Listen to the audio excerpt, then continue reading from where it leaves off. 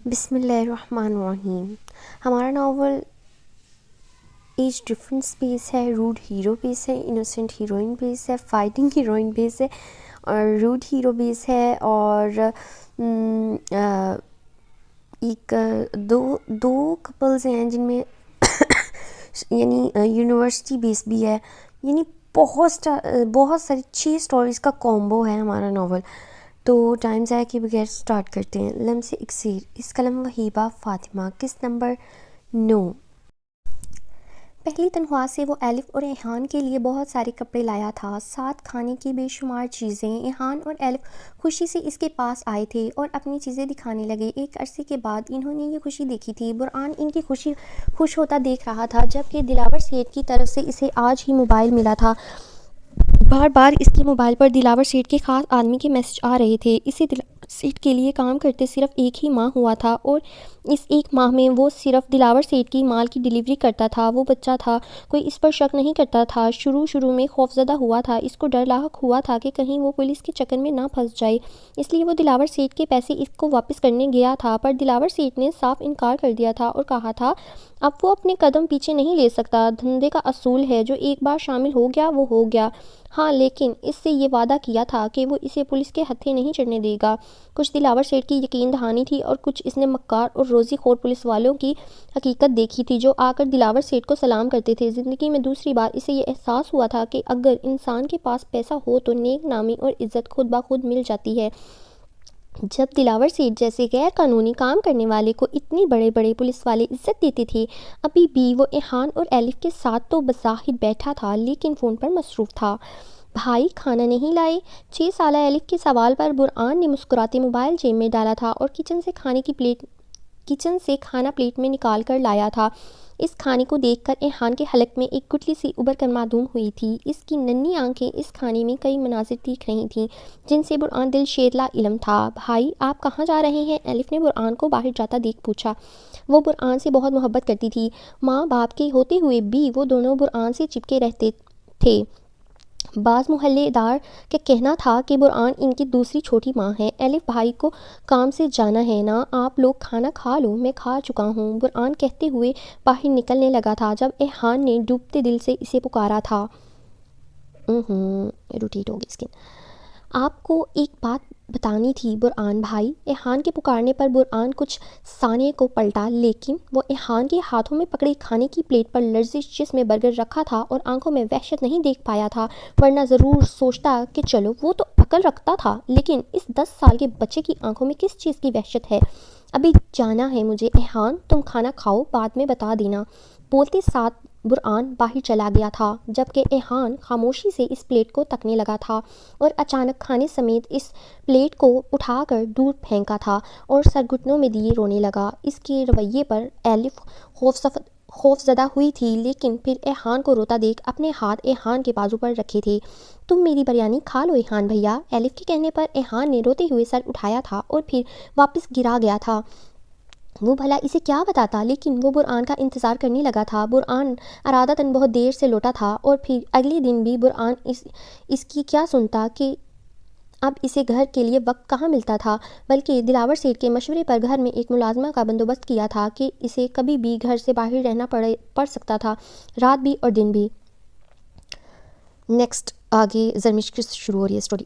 زرمش hotel آئی تھی اور بے صبری سے رات ہونے کا انتظار کر رہی تھی، نہیں جانتی تھی کیوں، بس آج کچھ بے چینی سی تھی۔ دل عجیب لے پر دھڑک رہا تھا۔ یہ سب اس کے ساتھ پہلی مرتبہ ہو رہا تھا۔ اتنا بڑا دن تو کبھی نہیں لگا تھا، لیکن اس کا اتنا انتظار بیکار گیا تھا۔ ابرار آج ہوٹل نہیں آیا تھا۔ اگلے 2 دن تک وہ ابرار کا انتظار کرتی رہی تھی، لیکن دوسرے دن صرف ایک گلاب کا پھول موصول ہوا تھا جس کے ساتھ کارڈ لگا تھا کہ میں آپ کی کال کا منتظر ہوں۔ یہ پڑھ زرمش کے ہونٹ مسکرائے تھے اور دل میں سکون اترا تھا۔ 2 دن سے وہ ایک خوف میں مبتلا تھی کہ ابرار کی اچانک اس میں دلچسپی کیوں ختم ہو گئی ہے، لیکن اب احساس ہو رہا تھا کہ دلچسپی ختم نہیں ہوئی تھی، بلکہ وہ اسے سپیس دے رہا تھا تاکہ وہ سکون سے اس کا جواب دینے میں پریشرائز نہ ہو۔ وہ گلاب کا پھول اپنے بیگ میں ڈالے اس نیت کے ساتھ گھر لوٹی تھی کہ ابرار کو آج رات کال کرے گی اور اپنی آمادگی سے آگاہ کرے گی۔ ساتھ شبانہ کو بھی بتا دے گی کہ وہ اس کا اور اس کے نکمے بیٹے کا بوجھ مزید نہیں اٹھا سکتی۔ وہ سمجھی تھی کہ گھر میں سب سو رہے ہوں گے، پر اس کی توقع کے برخلاف سارے ہی صحن میں چارپائی پر بیٹھے تھے جسے اسی کی منتظر ہوں۔ حیرت اسے فرزانہ کی بڑی خالہ کو فراز سحر تیرا منہ نا بس چبڑ چبڑ کرتا رہتا ہے۔ حیرت اسے فراز کی بڑی خالہ کو دیکھ کر ہوئی تھی، جو اس کے ساتھ تو نرمی سے رہتی تھیں لیکن ایک بہت بڑا فتنہ تھیں۔ ان کو بھی زرمش سے کمائی کا لالچ رہتا تھا۔ وہ کتنی بار زرمش سے پیسے ادھار مانگ چکی تھیں۔ اگر زرمش دے دیتی تو کچھ دن تک زرمش کی تعریف کرتیں، لیکن پھر وہ پیسے زرمش کو واپس نہیں ملتے تھے۔ اسی لیے سال بھر سے زرمش نے ان کو 1 روپیہ نہیں دیا تھا، کیونکہ تنخواہ کا ایک اچھا خاصا حصہ شبانہ اپنے پلوں میں دبا لیتی تھی۔ ان سب کو نظر انداز کرتی زرمش اپنے کمرے میں چلی گئی تھی، جبکہ شبانہ کی بڑی بہن کانوں کو ہاتھ لگانے لگی تھی۔ کس قدر سفید خون کی مالک ہے یہ لڑکی، شبانہ پلٹ کر سلام تک نہیں کیا۔ شبانہ نے اپنی بہن کی تائید کی تھی، جیسے روز یہ سب جھیلتی ہو۔ میں کہہ رہا ہوں اماں، میں کہہ رہا ہوں، اس کے تیور بدلے ہوئے ہیں، یہ تیرے ہاتھ سے نکل گئی، اب تو اپنا پیٹ کس لے۔ فراز نے کہا تو اس کی ماں نے ہاتھ اٹھاتے فراز کو لعنت دی۔ مردود اولاد، شکل اچھی نہیں، بات تو اچھی کر لیا کر، غصے سے کہتی شبانہ کھڑی ہو گئی۔ شبانہ کے ساتھ اس کی بہن بھی کھڑی ہو گئی تھی اور مل کر زرمش کے کمرے میں گئی تھیں۔ زرمش جو برقع اتارتے ابھی بیٹھی ہی تھی، ان کو اپنے کمرے میں دیکھ چونکی تھی۔ تو کیا اس کا اندازہ صحیح تھا؟ وہ لوگ اسی سے بات کرنے کے لیے جاگ رہے تھے، پر کیوں؟ مجھے اب آرام کرنا ہے، کل بات کریں گے۔ تم کم از کم اس وقت وہ سکون چاہتی تھی۔ جبھی منہ پھیرتی بولی، پر ہمیں ابھی بات کرنی ہے، بات ضروری ہے۔ شبانہ لہجے میں نرمی سموئی بولی تو زرمش چونکی۔ شبانہ کی نرمی کتنی مصنوعی تھی، دیکھ کر زرمش کا دل خراب ہونے لگا تھا۔ پولیس ان چاروں کو لے گئی تھی۔ ارسلان نیازی کے خلاف FIR کاٹنے پر پولیس والے ہچکچا رہے تھے۔ یہ بات پروفیسرز نے خاص محسوس کی تھی، جبکہ لڑائی کے خلاصے پر پولیس والوں نے ایحان کے گروپ کو بے قصور کہتے معاف کر کے جانے دیا تھا اور پروفیسرز کو تسلی دی تھی کہ وہ ارسلان نیازی کے خلاف ایکشن لیں گے، لیکن وہ سب ہی جانتے تھے کہ پولیس والے صرف ان کو ٹال رہے تھے۔ وہ ارسلان نیازی کے باپ سے FIR مسترد کرنے کی قیمت لیتے اور اسے چھوڑ دیتے۔ ایحان کو بھی ہاسپٹل بھجوا دیا تھا، اس کے پاؤں کا خون اب بھی رس رہا تھا۔ ایک رات اپنے دوستوں کے ساتھ ہاسپٹل میں گزارنے کے بعد وہ واپس گھر آ گیا تھا، پر ان کے گروپ کو 1 ہفتے کے لیے کالج سے رسٹریکٹ کر دیا گیا تھا اور ارسلان نیازی کے گروپ کو 1 مہینے کے لیے۔ انہوں نے وضاحت کی تھی کہ یہ لڑائی ارسلان نیازی نے ہی شروع کی تھی، پر ان کی ساری وضاحتیں یہ کہہ کر ان کے منہ پر مار دی گئی تھیں کہ انہوں نے یونیورسٹی کا نام خراب کرنے میں برابر کردار ادا کیا ہے۔ اس ایک دن میں ایحان کو برآن کی لاتعداد کالز موصول ہوئی تھیں، پر اس نے ایک بھی کال ریسیو نہیں کی تھی۔ وہ جانتا تھا برآن کے خفیہ جاسوسوں نے اس لڑائی کے متعلق برآن کو باخبر کر دیا ہوگا، پر وہ برآن دلشیر کی ہمدردی تو ہرگز نہیں چاہتا تھا۔ ٹانگ پر زخم ہونے کے باوجود وہ اس وقت اپنے اپارٹمنٹ کے جم میں بیٹھا تھا۔ ہاسپٹل سے وہ سیدھا اپنے اپارٹمنٹ ہی آیا تھا۔ اس کی ران پر 3 ٹانکے آئے تھے۔ ڈاکٹر نے احتیاط کا کہا تھا اور کہا تھا کہ 1 ہفتے میں ٹھیک ہو جائے گا۔ عورت بہت بے اعتبار چیز ہے فرید، دولت اور ہوس کی مورت۔ زندگی میں پہلی بار اس نے اپنے باپ کے منہ سے یہ جملے سنے تھے، وہ بھی اپنی سگی ماں جس کی کوکھ سے وہ جنا گیا تھا۔ اس کے لیے ماما اتنا تیار ہو کر کہاں جا رہی ہیں؟ اوپر کہیں خلا کو دیکھتے وہ بالکل خاموش تھا۔ ایحان کو اس وقت آسمان تک خالی پن لگ رہا تھا۔ باہر جا رہی ہوں ڈارلنگ، آپ کے لیے برگر لے کر آؤں گی۔ اس کی ماں اپنی لپسٹک درست کرتی بولی تو 9 سالہ ایحان کا منہ بنا تھا۔ کیسے لائیں گی؟ بابا کی تو نوکری ہے ہی نہیں، ہمارے پاس تو پیسے ہی نہیں ہیں۔ اس کے لہجے میں بہت افسردگی تھی کہ اس کی ماں چونکی تھی، پھر گھٹنے کے بل نیچے بیٹھتے ایحان کا گال چوما تھا۔ بابا کے پاس نہیں ہے، پر ماما کے پاس تو ہیں نا پیسے۔ اپنی ماں کی بات سنتے وہ خوشی سے اچھلا تھا، پر ماما کے پاس پیسے کہاں سے آئے؟ کچھ یاد آنے پر ماں سے سوال کیا، کیونکہ اس کے باپ نے تو دیے ہی نہیں تھے۔ ماما ایک خفیہ نوکری پر لگی ہیں، وہاں سے ماما کو اچھی تنخواہ ملتی ہے۔ بس تم یہ بات اپنے بابا اور برآن کو مت بتانا، ورنہ کل سے برگر نہیں ملے گا۔ ذرا سا بات گھما کر آخر میں اس کی ماں نے ڈرایا تو وہ فوراً اپنے ہونٹوں پر انگلی رکھ گیا، جیسے یہ بہت بڑا سیکرٹ ہو۔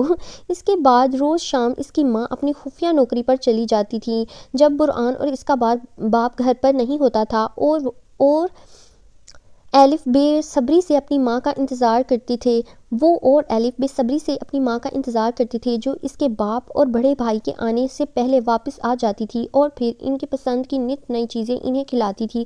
سارے بربادی ہونے کی بعد جب برہان الف اور ایحان کو سنبھالنے لگا تھا، وہ حیران ہوتا تھا کہ الف کیوں اس سے روز روز نئے نئے ہوٹل کے پکوان کی ضد کرتی ہے۔ اس وقت سب سے زیادہ مشکل لمحہ ایحان کے لیے ہوتا تھا کہ اپنی ماں کے گناہ میں برابر کا شریک تھا۔ وہ محض کھانے کے لیے بک گیا تھا، لیکن وہ تو اس وقت محض چھوٹا سا ناسمجھ بچہ ہی تھا نا۔ لیکن ماں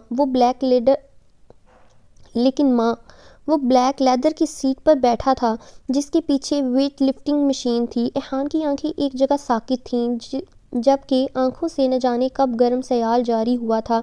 اسے علم نہیں تھا، وہ رو نہیں رہا تھا، پھر نہ جانے کیوں اس کی آنکھیں برس رہی تھیں۔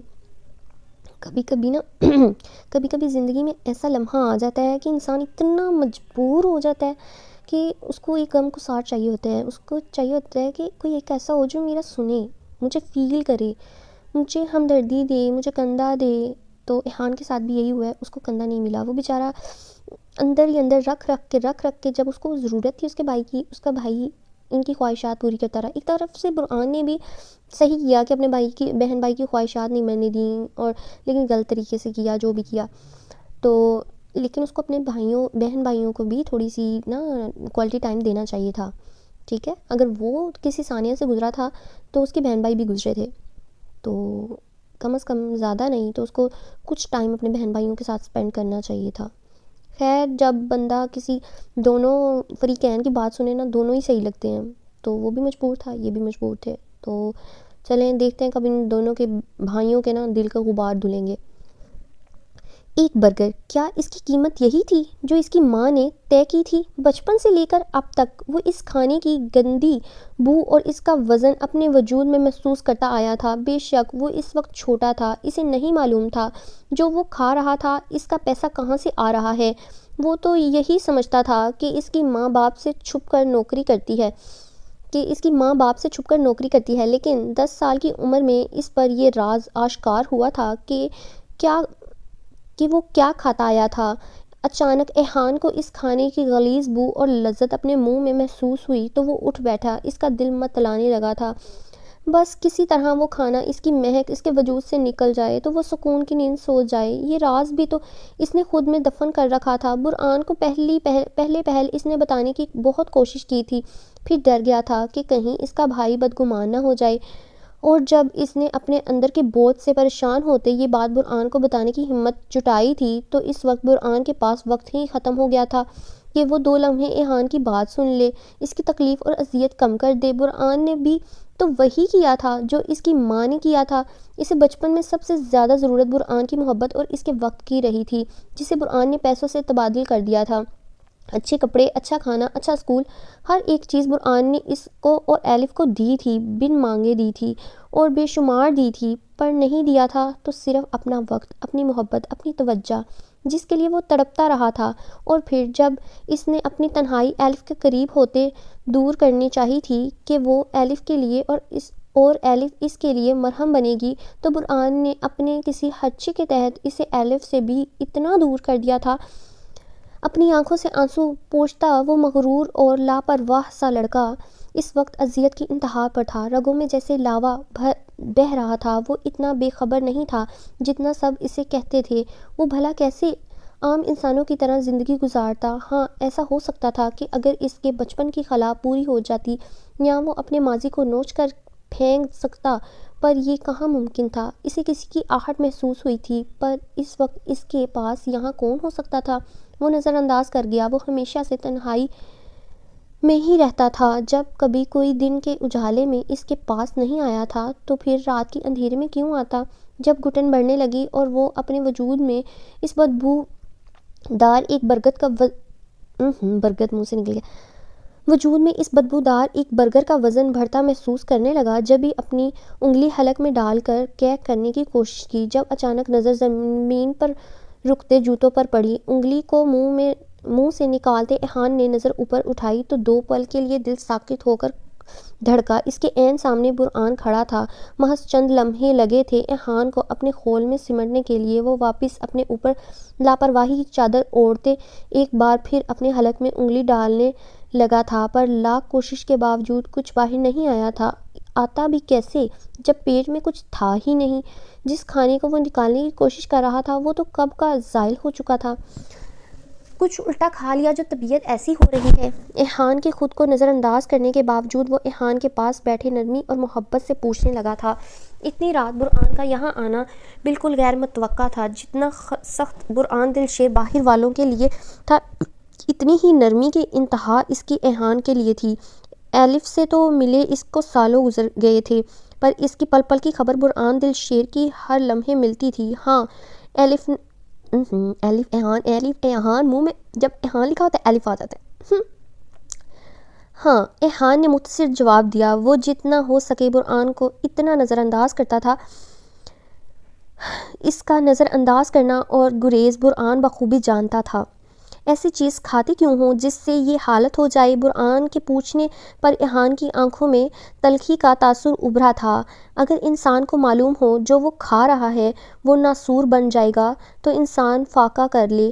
بعض دفعہ ہم بے دہانی میں زہر کھا لیتے ہیں، اثر بعد میں ہوتا ہے۔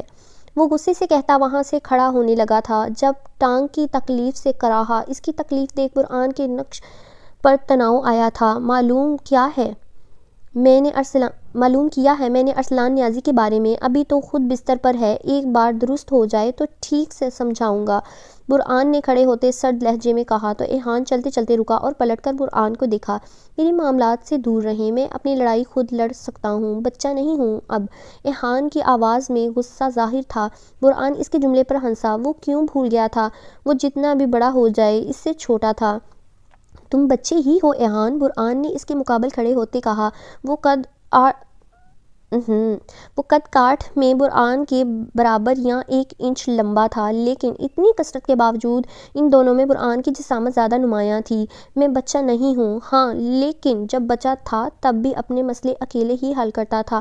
پل بھر میں وہ برآن کی مسکراہٹ چھین گیا تھا۔ اس نے سچ کہا تھا، پر حقیقت کڑوی تھی۔ میں نیچے جا رہا ہوں، شرفو سے کہہ دوں گا وہ آپ کا کمرہ صاف کر دے۔ آپ رکیں گے تو نہیں، پر اگر رکنا چاہیں تو۔ ایحان قدرے